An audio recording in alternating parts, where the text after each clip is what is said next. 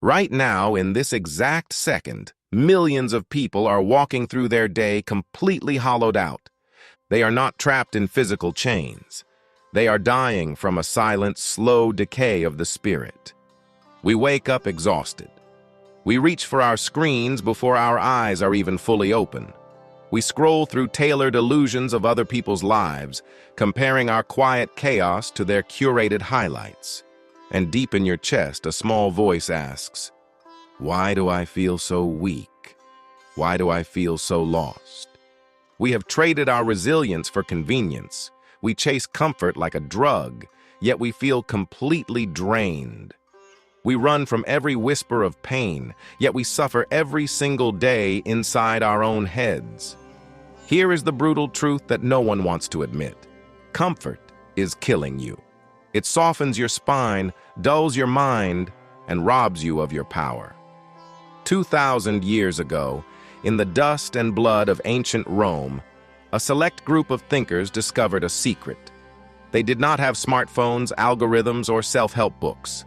They had something far more dangerous: unshakable mental sovereignty. Marcus Aurelius, the most powerful emperor on earth, wrote these words in his private journal while sitting in a cold tent on the edge of a bloody war zone. "You have power over your mind, not outside events. Realize this, and you will find strength." That is not a motivational quote to put on a wall. That is a weapon. In this video, we are stripping away the fluff. We are breaking down 10 brutal Stoic laws that will force you to rebuild your mind, your heart, and your character from the ground up. Before we turn the first page, promise me one thing. Do not treat this as background noise while you clean your room or multitask. If you are ready to stop bleeding your energy into things that do not matter, lock in. Drop a comment as we move through these laws whenever a truth hits your chest. Share this with someone who is drowning in silence. And do not skip a single second, because the one law you skip might be the exact armor you need tomorrow. Let us begin. Law number 1. Embrace discomfort as your forge. Modern society has conditioned you to treat pain like an error in the system. The moment you feel cold, tired, rejected, or anxious, everything around you whispers, "Run, hide, distract yourself." Now, ask yourself an honest question. Think back to the moment in your life where you grew the most, where you became sharper, wiser, more resilient. Did that moment happen while you were lying on a couch, wrapped in warmth, scrolling through videos?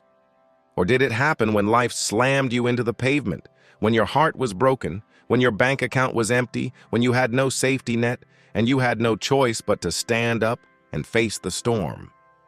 Marcus Aurelius did not rule Rome from a palace of silk. He led through plagues, betrayals, economic ruin, and endless war. Yet he did not curse the hardship, he welcomed it. He wrote, "The impediment to action advances action. What stands in the way becomes the way. The obstacle is not blocking your path. The obstacle is the path. Every delay is a lesson in patience. Every rejection is a mirror showing you where your armor is thin." Seneca, the great Stoic philosopher, would spend days eating the coarsest food, wearing rough garments, and sleeping on hard floors. Not because he was poor, he was immensely wealthy, but because he wanted to ask himself, "Is this the condition I feared?" Discomfort is not your enemy. It is your trainer.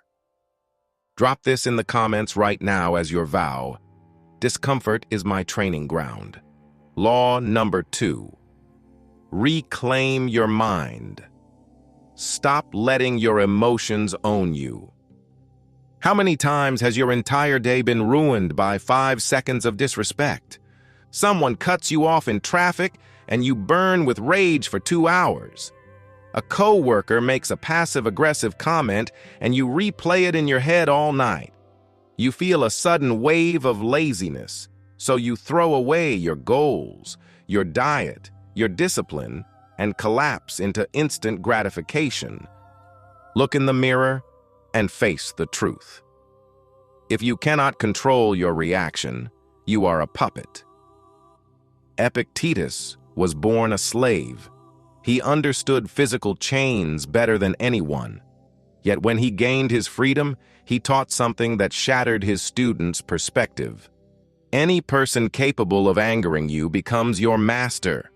They can anger you only when you permit yourself to be disturbed by them. Think about the authority you give away every single day. You give the rude stranger key access to your peace of mind. You give a harsh message control over your self-worth. Stoicism does not ask you to turn into stone. It demands that you build a space between the spark and the fire. When a child gets angry, they scream and throw things. When a Stoic feels anger rise, they sit inside the feeling, observe it like a passing storm, and choose how to act with absolute intention. No one can make you feel small without your consent. The next time life presses your buttons, pause, breathe. Ask yourself, does this deserve my power? If the answer is no, step back into your center and remain unmoved. Law number 3, life owes you nothing. Stop expecting fairness. The fastest way to break your own spirit is to go through life expecting the world to treat you fairly. You pour your heart into a project, and someone else steals the credit. You give your loyalty to a friend, and they backstab you. You do everything right, and life still hands you defeat. And then the poison enters your mind. This is not fair. Let this truth sink deep into your bones. Fairness is an invention of human desire. It is not a law of nature. The sun shines on the wicked and the good alike. The ocean swallows the brave sailor just as quickly as the careless one. Marcus Aurelius sat at the apex of the Western world and watched noble men get murdered while corrupt men prospered. But instead of crying out to the heavens, he made peace with reality. He did not demand a fair world. He demanded an unshakable inner spirit. Average minds waste their lives waiting for conditions to become fair. They sit on the sidelines, bitter, blaming their parents, their boss, or their bad luck. The Stoic takes absolute responsibility for their response, regardless of who caused the damage. If you are handed a bad hand, play it with master precision. If you are struck by injustice, do not waste energy screaming at the sky. Use the pain as fuel. You do not choose the blow, but you always choose how you rise. Law number 4.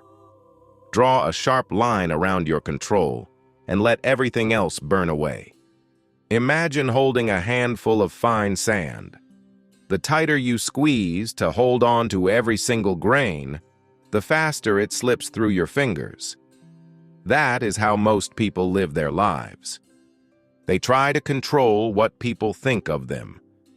They stress over the weather, the economy, the past they cannot change, and the future they cannot predict. And then they wonder why their souls are weighed down by chronic anxiety. Epictetus gave us the ultimate filter for human existence. Make the best use of what is in your power, and take the rest as it happens. Divide your entire universe into 2 distinct categories. Category 1, what is in your control? Your thoughts, your discipline, your effort, your attitude, your integrity. Category 2, what is outside your control? Everything else, the opinions of others, the outcome of your efforts, the traffic, the economy, the past, and death itself. You cannot control whether someone respects you, but you can control how honorably you walk. When anxiety knocks on your door, ask one cold question. Is this within my direct power to change right now? If the answer is yes, take action without delay. If the answer is no, release it completely. Stop arguing with reality. Law number 5, retreat into your inner citadel. Marcus Aurelius frequently spoke of a psychological concept he called the inner citadel. In the ancient world, a citadel was a fortress built on the highest point of a city. When the city walls were breached, when invaders rushed through the streets, and when fires burned the outer homes, the soldiers retreated into the citadel. Inside those stone walls, no weapon could reach them. Where do you retreat when life gets chaos-driven? Most people retreat into vices. They run to alcohol, fast food, endless scrolling, or toxic validation. They try to escape the outer storm by destroying their inner castle. A Stoic builds an inner fortress of the mind. It is a place built of self-respect, moral clarity, and calm reason. Marcus wrote, "Remember that the ruling center of your mind becomes invincible when it pulls back into itself and rests content. No matter how loud the world screams, no matter how many people betray you or doubt you, your inner citadel remains untouched if you choose to protect it. When the world around you collapses into madness, do not panic. Step inside your own mind. Close the heavy iron doors of your internal sanctuary. Realize that nothing outside can harm the core of who you are unless you open the gates and let it in." Law number 6, do not wait for life to test you. Test yourself daily. We live in an age of effortless luxury. With a single tap on a glass screen, food appears at your door, entertainment floods your mind, and comfort cradles you from morning to night. But here is the danger. Comfort weakens the soul. When you never experience hunger, cold, fatigue, or resistance, your mental muscles wither away. The moment real life hits you with an unexpected crisis, you shatter. The Stoics practiced voluntary hardship. They would step away from their wealth and comfort on purpose, sleeping on floorboards, fasting for days, walking barefoot in the cold, and embracing physical strain. Why? To prove to their own minds that they did not need luxury to be whole. You do not need to live in a cave to practice this. Turn the shower knob all the way to ice cold and stand there without flinching. Skip a meal when you are hungry and observe your cravings without giving in. Put your phone in another room and sit in complete, silent isolation for an hour. Wake up early and train when your body begs for sleep. When you intentionally choose the hard path every day, you stop fearing the future. You know that no matter what life strips away, you have already walked through the fire by choice. Law number 7. Surrender your obsession with the outcome. Master the process. We are raised in a world obsessed with trophies, follower counts, bank balances, and external validation. We are told only the finish line matters. So we run toward goals with desperate eyes. And what happens? If we do not get immediate results, we get discouraged and quit. If we fail, we feel worthless. Stoicism flips this trap entirely on its head. An archer draws his bow. He selects the finest arrow, cleans the feather, adjusts his stance, aims with total concentration, and accounts for the wind. Up until the exact millisecond the arrow leaves the bow, everything is in his control. But once that arrow leaves the string, a gust of wind can blow it off course. A bird can fly across its path. The Stoic archer understands this. His duty was to shoot with perfection. The target is out of his hands. Epictetus taught that true freedom comes when we disregard outcomes that belong to fate. If you write for the mastery of the sentence, not the applause.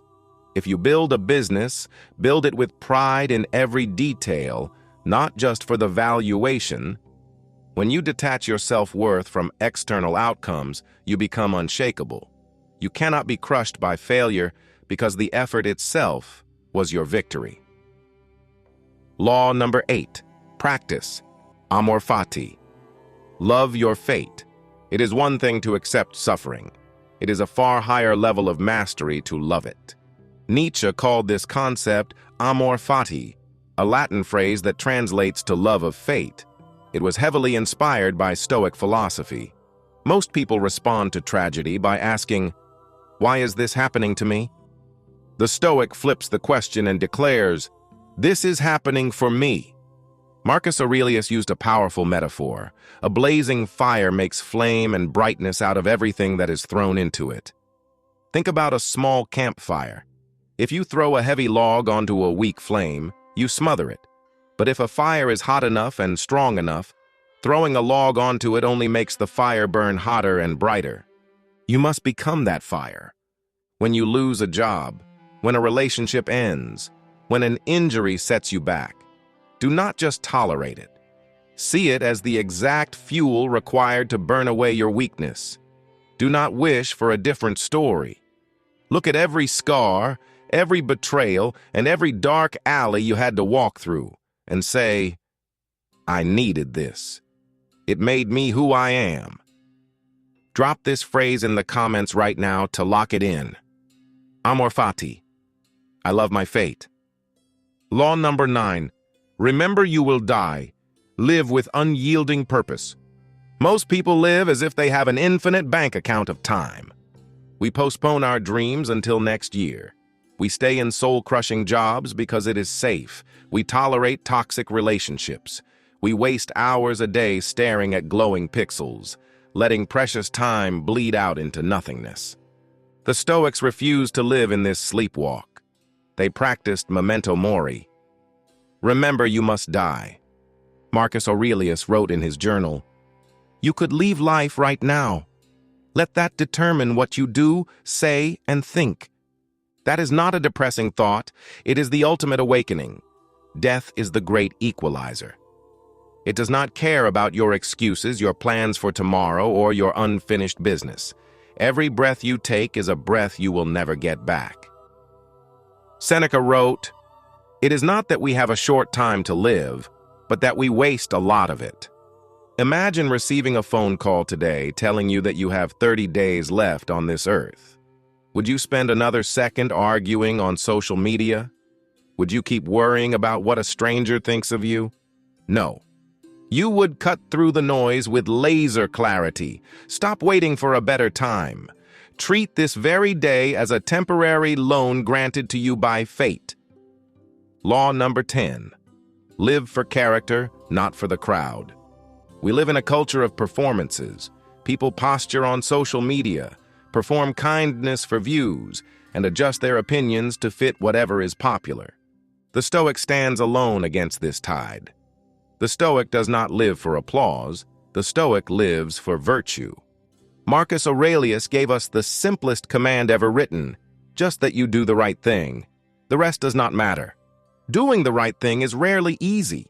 It means standing up when it is dangerous, keeping your word when it costs you money, telling the truth when lying would save face, and working hard when nobody is watching.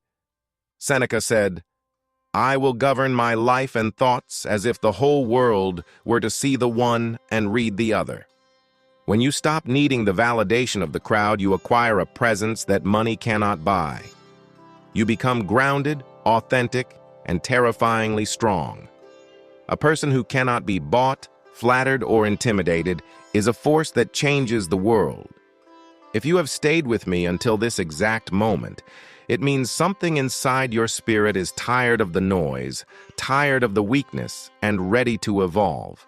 Stoicism is not a magic pill. It will not make your problems vanish overnight, but it offers you something far greater. It offers you mastery over the only thing you truly own, yourself. You do not need permission from anyone. You just need to choose right now, in this second, to stop being a spectator in your own life. Embrace the discomfort, control your emotions, release what you cannot change, build your inner citadel, love your fate, train your will, fall in love with the daily work, remember your mortality, and walk with honor, even if you walk alone. Write this down in the comments right now, not just as a message, but as your personal decree. I am becoming unshakable day by day. If this message planted a seed inside you today, hit the like button so this reaches those fighting silent battles. Subscribe and turn on notifications. We are building a community of thinkers, builders, and warriors who refuse to live small. Thank you for watching. Step back into the world, Hold your head high and be unstoppable.